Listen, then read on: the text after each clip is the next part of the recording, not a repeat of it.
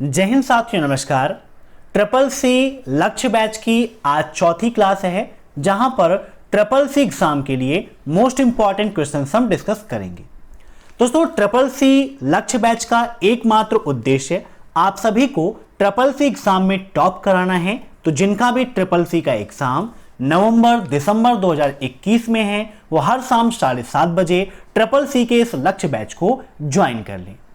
दोस्तों, अभेक्सल कंप्यूटर ने आप सभी के लिए लॉन्च किया है ट्रिपल सी का फ्री क्रैश कोर्स। तो जिनका भी एग्जाम नवंबर या दिसंबर में है, वो triple C free crash course को ज्वाइन कर लें, क्योंकि जो चीजें आपको अन्य जगह पर पेड में मिल रही हैं, वो सारी चीजें आपको हम फ्री में प्रोवाइड कराएंगे, ताकि आपको किसी प्रकार की कोई दिक्कत ना हो और सभी स्टूडेंट्स ट्रिपल सी एग्जाम को टॉप कर सकें। इसीलिए आप क्रैश कोर्स को ज्वाइन कर लीजिए। कैसे ज्वाइन करना है, ये प्रीवियस क्लासेस मैंने आपको बताया है। वेबसाइट www.abhexcel.com को विजिट कीजिए, कोर्सेज पर क्लिक करिए और क्रैश कोर्स को ज्वाइन कीजिए। एग्जाम से पहले हमने ट्रिपल सी की 1100 प्रश्नों की महामैथन क्लास कराई है, उसे आप सभी लोग देख लीजिएगा। अक्सर आप लोग पूछते हैं कि सर कौन सी क्लासेस हम अटेंड करें, काफी कम समय है, तो एकमात्र क्लास अभेक्सल कंप्यूटर की महामैथन क्लास आप देख लेंगे तो आसानी से आप ट्रिपल सी एग्जाम को पास कर सकते हैं और टॉप भी कर सकते हैं। साथ ही साथ ट्रिपल सी एग्जाम में लिब्रे ऑफिस की काफी सारे क्वेश्चंस आते हैं, इसीलिए लिब्रे ऑफिस की भी मैंने महामैथन क्लास कराई है, उसे आप देख लीजिएगा। और अपनी बेहतर तैयारी के लिए वीडियो के नीचे 2000 क्वेश्चंस की पीडीएफ की लिंक दी गई है, वहां से उसे डाउनलोड कीजिए और टॉप करिए। तो टाइम वेस्ट ना करते हुए चलिए शुरू करते हैं आज की ये क्लास, क्योंकि सीधी बात नो बकवास, यही है अभेक्सल की class. Let's begin in this topic.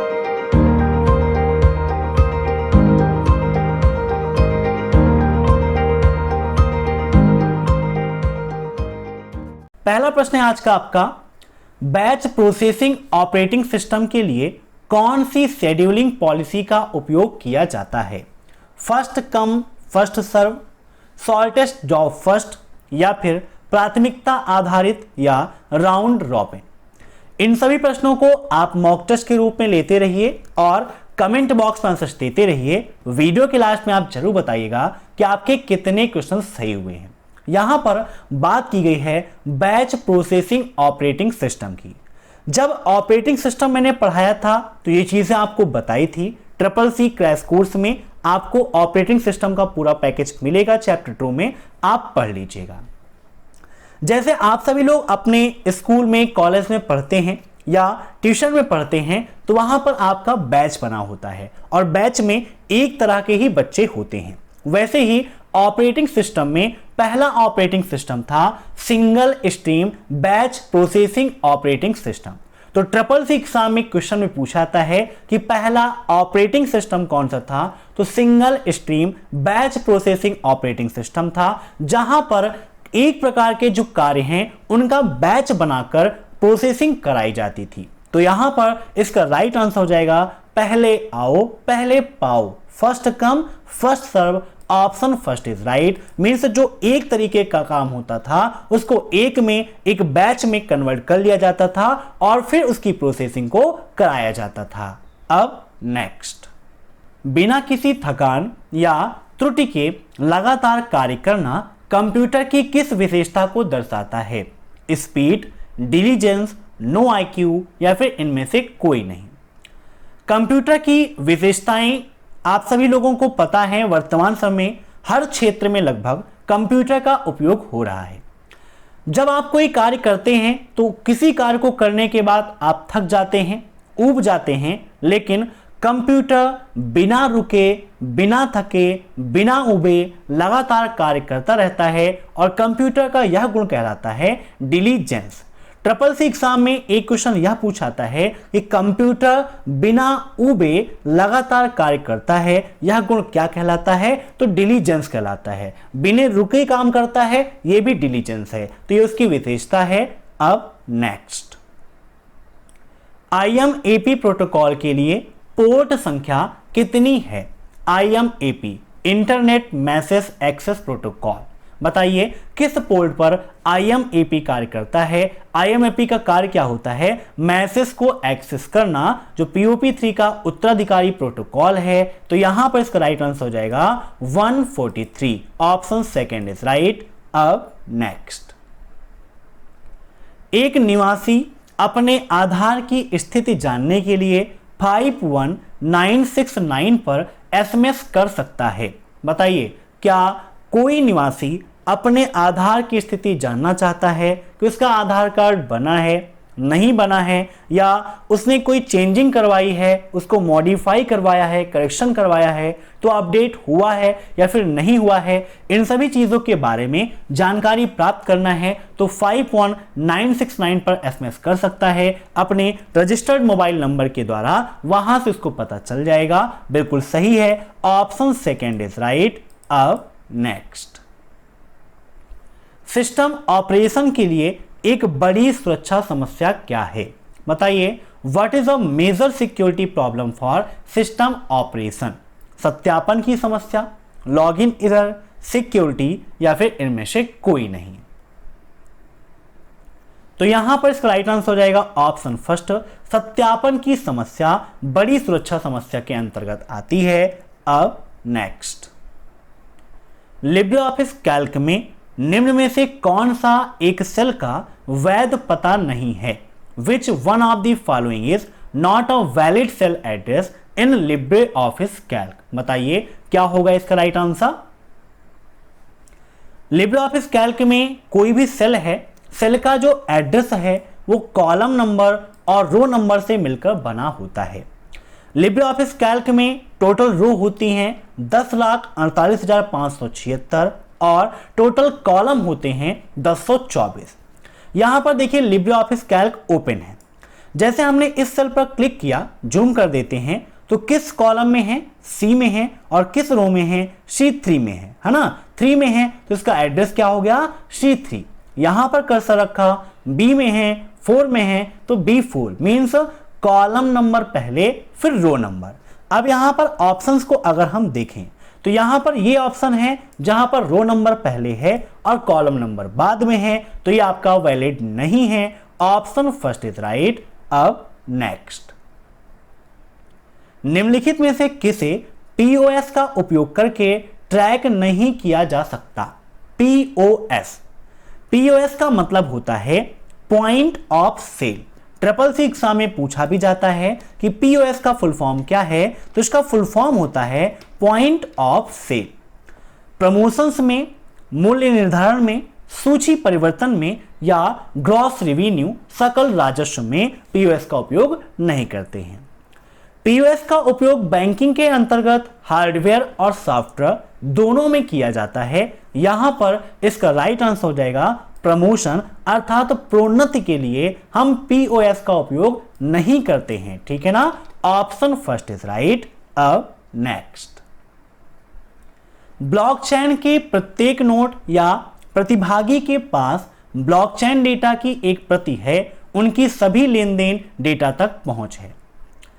Every node in blockchain has a copy of the blockchain data, they have access to all transactions data. बताइए ट्रू या फॉल्स, क्या होगा इसका राइट आंसर। तो इसका राइट आंसर हो जाएगा ऑप्शन फर्स्ट ट्रू, बिल्कुल सही बात है। अब नेक्स्ट, QR कोड का प्रयोग सबसे पहले कहां हुआ। Where was the QR code first used. QR का full form quick response code, आप सभी जानते हैं क्विक रिस्पॉन्स कोड, और इसका उपयोग सबसे पहले हुआ था जापान में।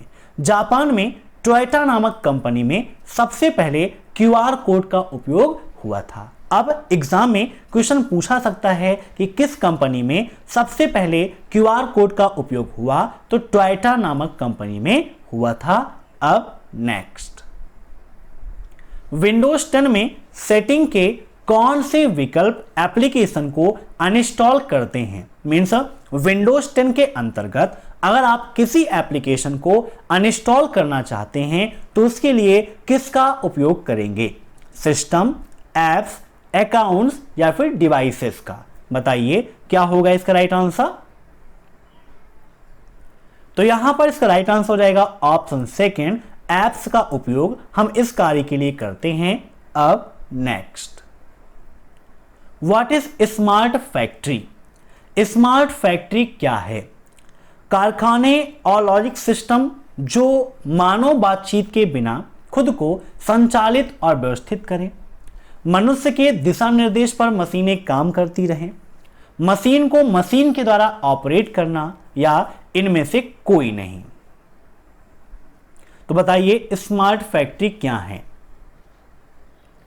तो यहां पर इसका राइट आंसर हो जाएगा ऑप्शन फर्स्ट, मीन्स ऐसे कारखाने और लॉजिकल सिस्टम्स जो बिना मनुष्य के बातचीत के खुद को ऑटोमेटिक संचालित करते रहें, अपने खुद को मैनेज करते रहें, व्यवस्थित करते रहें, यही स्मार्ट फैक्ट्री का उदाहरण है। ठीक है ना, आपने पढ़ा हुआ है आईओटी के बारे में, इंटरनेट ऑफ थिंग्स, एआई के बारे में, आर्टिफिशियल इंटेलिजेंस, जिसमें मशीनों को बुद्धिमान बनाने का कार्य प्रेजेंट टाइम पर हो रहा है, जिसके द्वारा मनुष्य की आवश्यकता नहीं पड़ती है, वो खुद से कार्य करते हैं क्योंकि मानवीय बुद्धि उनके अंदर प्रविष्ट की जा रही है। अब नेक्स्ट, यूपीआई के रेफरेंस में पीएसपी में एस का क्या अर्थ है? कंप्यूटर के अंतर्गत एक वर्ड के कई सारे फुल फॉर्म होते हैं। इंटरनेट के क्षेत्र में हो सकता है इसका अलग फुल फॉर्म हो, बैंकिंग के क्षेत्र में अलग फुल फॉर्म हो, तो इसीलिए यहां पर साफ साफ लिखा हुआ है कि यूपीआई के संदर्भ में पीएसपी में एस का फुल फॉर्म क्या होता है। अब एक क्वेश्चन यहीं से बनता है ना कि यूपीआई का फुल फॉर्म क्या होता है, तो यूपीआई का फुल फॉर्म होता है यूनिफाइड पेमेंट इंटरफेस। क्या होता है? Unified payment interface. और पीएसपी का फुल फॉर्म आपको पता होगा तो आसानी से आप इसका आंसर दे सकते हैं। इसका फुल फॉर्म होता है पेमेंट सर्विस प्रोवाइडर। क्या होता है? Payment service provider. Means S किसको रिप्रेजेंट कर रहा है? सर्विस को रिप्रेजेंट कर रहा है, और सर्विस है ऑप्शन फर्स्ट में, तो इसका राइट आंसर क्या हो जाएगा? Option first, service. अब नेक्स्ट, निम्नलिखित में से किस कंप्यूटर इनपुट डिवाइस का उपयोग वीडियो कॉन्फ्रेंसिंग को सक्षम करने के लिए किया जाता है? Voice recognization, webcam, digital camera या माइक्रोफोन? बताइए क्या होगा इसका राइट आंसर। अब यहां पर एक क्वेश्चन कभी कभी यह पूछाता है, क्या वेबकैम एक इनपुट डिवाइस है या फिर क्या वेबकैम एक आउटपुट डिवाइस है? तो वेबकैम आपका एक इनपुट डिवाइस है, और यहां पर राइट आंसर भी आपका हो जाएगा ऑप्शन सेकंड, वेबकैम, क्योंकि वेबकैम आपकी एक ऐसी इनपुट डिवाइस है जो वीडियो कॉन्फ्रेंसिंग के लिए उपयोग की जाती है। अब नेक्स्ट, कौन सा कमांड वर्तमान डायरेक्टरी और उसकी सब डायरेक्टरी में छिपी हुई फाइलें सहित सभी फाइलों को प्रदर्शित करने के लिए प्रयोग किया जाता है? बताइए किस कमांड का उपयोग हम वर्तमान डायरेक्टरी और उसकी सब डायरेक्टरी में छिपी हुई फाइलें सहित सभी फाइलों को प्रदर्शित करने के लिए करते हैं? ये सारे क्वेश्चंस आपको 2000 क्वेश्चंस की जो पीडीएफ है उसमें अपडेटेड मिल जाएंगे। तो बताइए क्या होगा इसका राइट आंसर।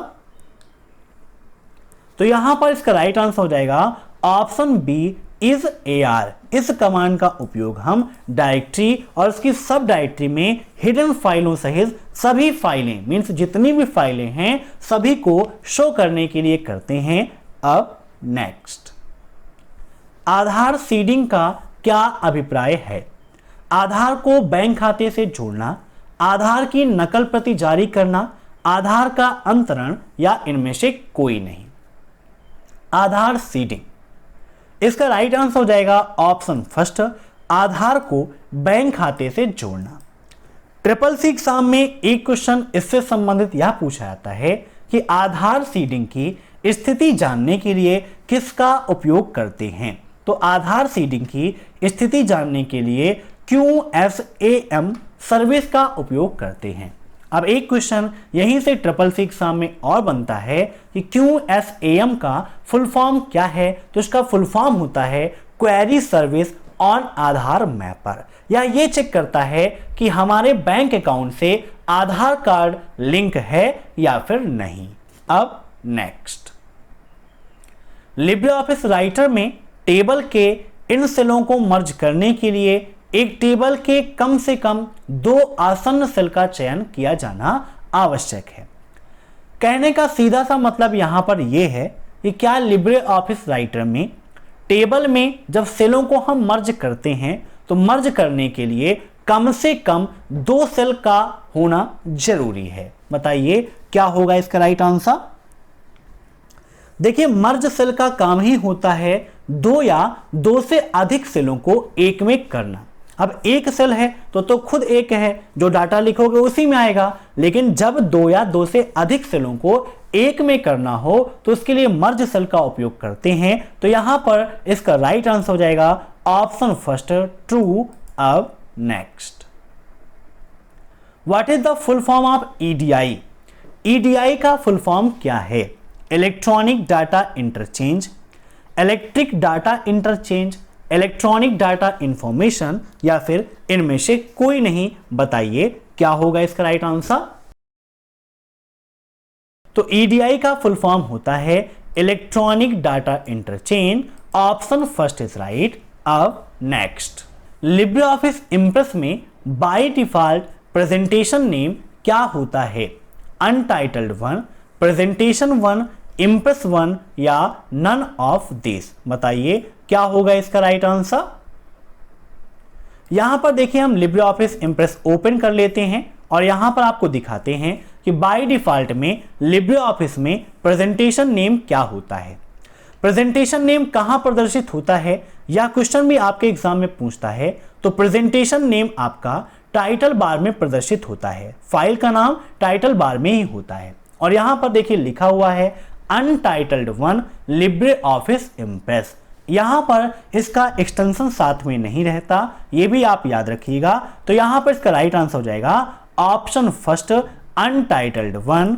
अब नेक्स्ट, फाइल नाम संपादित करने के लिए निम्न में से किस कुंजी का उपयोग किया जाता है। मीन्स अगर कोई फाइल है, फाइल को आप रीनेम करना चाहते हैं, उसके नाम को परिवर्तित करना चाहते हैं, तो उसके लिए किसका उपयोग करेंगे। Shift plus F2, F4, F2 या कंट्रोल प्लस F2। बताइए क्या होगा इसका राइट आंसर। तो यहां पर इसका राइट आंसर हो जाएगा ऑप्शन सी F2 का उपयोग किसी भी फाइल को रीनेम करने के लिए अर्थात उसके नाम में परिवर्तन करने के लिए किया जाता है। अब नेक्स्ट, लिब्रे ऑफिस इंप्रेस में हैंगआउट क्या है। All slides in Libre office Impress, soft copy of slide, printed hard copy of slide and first slide in Libre office Impress. बताइए लिब्रे ऑफिस में हैंगआउट का उपयोग क्या होता है या फिर हैंगआउट क्या होती हैं। तो यहां पर इसका राइट आंसर हो जाएगा option B soft copy of slide. Means जो स्लाइड्स हैं उनकी सॉफ्ट कॉपी हैंगआउट होती है। अब एग्जाम में एक क्वेश्चन यहीं से और बन जाता है कि लिब्रे ऑफिस इंप्रेस में हैंगआउट में एक पेज में मैक्सिमम कितनी स्लाइडें प्रिंट हो सकती हैं। तो एक पेज में अधिकतम आपकी 9 स्लाइडें आप प्रिंट कर सकते हो। अब यह क्वेश्चन भी आपके एग्जाम में पूछा सकता है कि लिब्रे ऑफिस इंप्रेस में हैंगआउट में मिनिमम एक पेज में कितनी स्लाइडें होंगी। मीन्स एक पेज में मिनिमम कितनी स्लाइडें होंगी। तो एक पेज में मिनिमम आपकी एक स्लाइड होगी। एक से कम तो कुछ होगा ही नहीं, 0 मतलब होगा ही नहीं। तो कम से कम 1, 2 भी आप रखना चाहते हैं रख सकते हैं, 3 भी आप रखना चाहते हैं तो रख सकते हैं, 4 भी आप रख सकते हैं, कोई भी दिक्कत नहीं है। तो यहां पर राइट आंसर ऑप्शन बी। आज की क्लास में बस इतने क्वेश्चंस। आशा करता हूं कि CCC लक्ष्य बैच की यह क्लास आपको पसंद आई होगी। अगर आपको यह क्लास पसंद आई हो तो लाइक करिए, शेयर करिए और चैनल पर नए हैं तो चैनल से जुड़ने के लिए सब्सक्राइब कर दीजिए। Thanks for watching my video. फिर मिलते हैं नेक्स्ट क्लास में, तब तक के लिए बाय बाय।